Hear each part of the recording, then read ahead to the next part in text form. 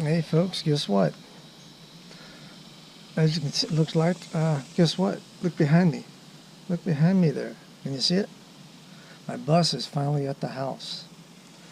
I went, we went and took it to the tax office in Duncanville Tuesday, and we're in there about a half an hour to an hour, and the we it was funny because they had no idea how to change the classification of the bus of it from a commercial vehicle to a non-commercial vehicle. So they had to go back in there and talk to the office, talk to their supervisors. Supervisors didn't really know how to do it.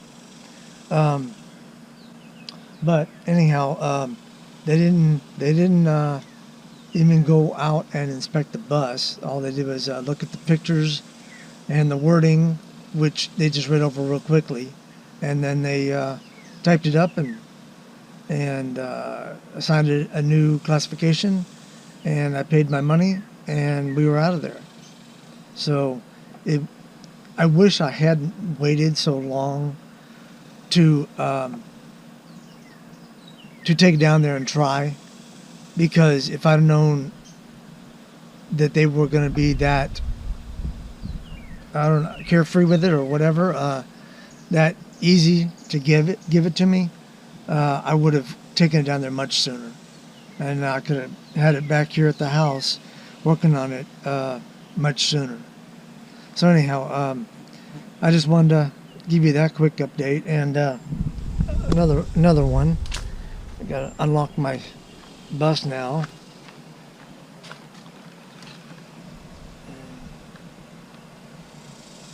Can't let you guys see the number.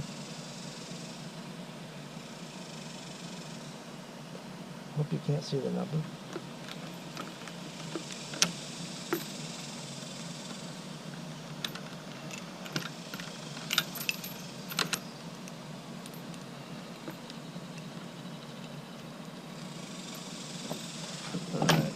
I got the guy I showed you in the picture a couple videos ago about the sink.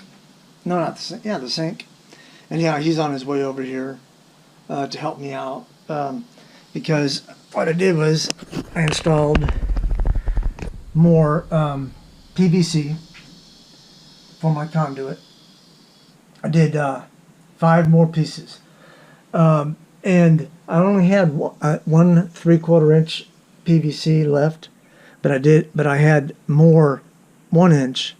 This is 3/4 inch. That's 1 inch.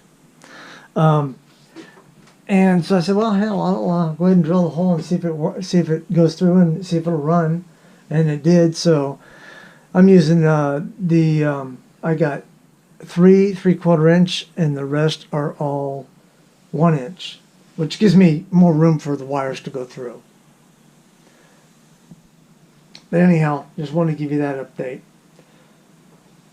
So now it's at the house, and basically everything you see in here now has to get ripped out. Well, not ripped out, taken out, because next week I'm gonna go get the metal square tubing, and we're gonna start building the roof rack.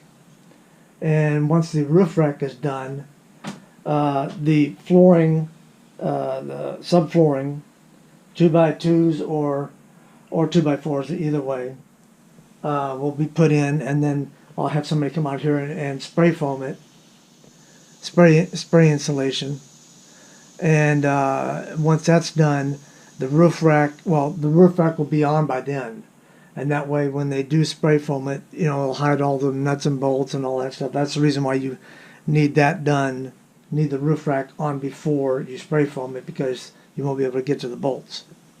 So anyhow, that's where we're at now. So all this stuff that you see in here has got to come out. The water tank, the bed, the refrigerator, the sink here. I'm not sure if I'm going to take the seat out, But another thing I got to do uh, next week, and I've already called the shop. I have to take it in because it's got some kind of leak um, in underneath the engine. Could be transmission fluid, could be power steering fluid.